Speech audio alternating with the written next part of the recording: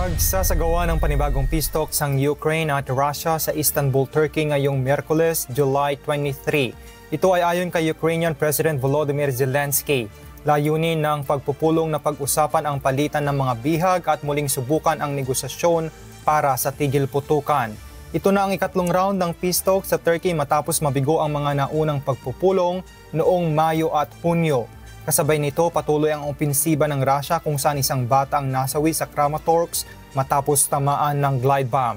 6 naman na lugar sa Kyiv ang tinamaan din ng pinagsamang drone at missile attack mula sa Russia. Samantala, ipinahayag naman ng Kremlin na huwag umasa ng himala sa mga pag-uusap dahil malayo pa rin ang posisyon ng dalawang panig. Ang peace talks ay kasunod ng babala ni US President Donald Trump na may matitinding parusa kung hindi magtatapos ang labanan sa loob ng 50 araw. Sa kabila ng lahat, aminado ang magkabilang panig na mahaba pa ang tatahaking landas bago makamit ang tunay na kapayapaan.